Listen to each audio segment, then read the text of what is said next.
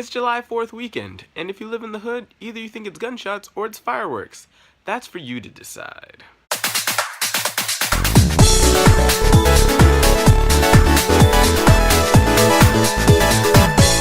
Hello people, today is July 1st, 2016, day 183 of the 365 vlog, and we're going to be talking about America things. So my theme of this weekend is going to be anything and everything that is related to Americanism. That is, if you're an American, anything that relates to you and you'll understand it because you live in America. And if you don't, get ready for some culture shock if you already haven't been exposed to all the media that we have in your country. So here we go. We're going to talk about the most important pastime of being an American, and that is food. But not any kind of food, fast food. I'm gonna focus on fast food for the most part of this video, not obscuring all the other foods that you can get at a supermarket, but the overall quality in America I think is very low compared to any other place in the world. I may not be that knowledgeable, but I don't think I'm wrong. So in America, everyone has to work, so most of the times people may not have time to actually cook their own food at home. I know, crazy, right?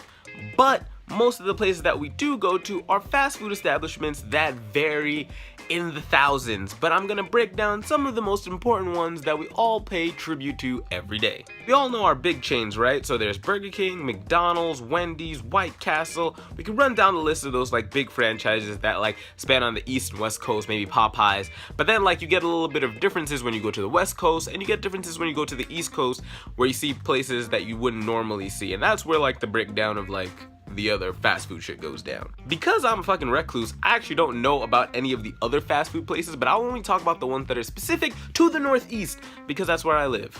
So we have our other ones, excluding like the big chains. We have Shake Shack. Chick-fil-A is not native to here, but we do have it here. There's a DQ, there's like a Golden Corral, there's like all these other places where you can get like vast amounts of different types of food. You know what's funny living in America too is because like you eat all these foods, right? And each time each establishment tries to make like the food gimmicky to a way that is like you want to eat it, but you know it's really bad and it will clog your arteries, but you're like, damn, that's really interesting. A double bacon cheeseburger squeezed between two donuts, frosted over with some like whipped cream and then Nutella on top. Now, that may sound gross to some, but to other people, someone is really willing to try that and they'll go crazy. I mean, that's a really extreme case, but somebody in the world, and by the world I mean America, is gonna try that shit. And as we have like a high mortality rate here in the States, I'm surprised no one has died from eating all these weird ass foods. They just seem to just avoid them or try them in modesty, which I didn't know that was a thing we had, because I'd never heard of anyone dying from like the fucking, what was it?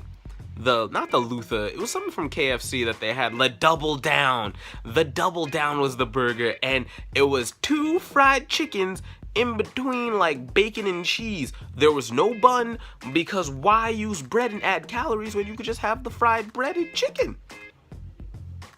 Yeah. Alright, so the next part of this is basically talking about American portion food sizes. I think in America there's like a cultural mindset. I'm surprised I can say culture in this way, but there's a cultural mindset when it comes to the amount of food that we get for the amount that we buy it for. No one actually wants to pay more for less food here because everyone's fucking poor, right? We're a third world country. Okay, a lot of you may not say that and I'm probably wrong and I'll get shit in the comments, but I don't care. Anyways, we're poor, so we want more food for less dollars, and if it's not that case, we also definitely want the quality to be mixed in there, because why not? Don't you want to eat food that tastes good and is cheap? But that may not be the case, and what cheap is relative to each person's financial income and whatever all that good shit. Nonetheless, these even more obscure fast food places, like places you'll never hear about, or like you'll hear about them on like foodie channels or food networks or whatever, where someone goes into a place and they have to eat like this massive amount of food by themselves as like some competition, which I always found very interesting, because if you go into a place and you try to eat so much food, do you enjoy it at one point, or is it just a competition? Which I think it's a competition, because if you're enjoying it, holy fuck, do you have such a great stomach. I wish I had that stomach. I'd eat everything, even though it already looks like I do. Oh man, I'm thinking about big pizza. Basically, if you're ever in the Northeast, definitely check out places like Shake Shack, Five Guys, Smash Burger. Those are like really good like fast food joints. And then if you're ever like in the general area, like Golden Corral, DQ, I think Popeyes, Chick-fil-A. Oh, I said Popeyes. Popeyes you get anywhere. Anyways, that's like just some of the things I know off the top of my head because I don't really eat fast food like that. But yeah guys, that's pretty much all I have for you today. I hope that you enjoyed it, and if you made it to the end of this video, don't hesitate to hit the like button and drop me a cheeseburger. And if it's your first time seeing my face, don't hesitate to hit the subscribe button because I make new videos when they come out. And question guys, what do you think about fast food in America if you live here, or what do you think about it if you live abroad? I'd love to hear what you have to say in the comment section down below. Yeah guys, I'm Vandal, don't forget to keep it 365, and I will talk to you tomorrow with another video. Peace, bye! I kept up with No Junk June for the most part. I did have some down times. I definitely didn't stick to it as rigorously as I should have, and should have kept up with it, but life gets you down, and it's not an excuse, it's just one of those things that just definitely got in the way, and I gotta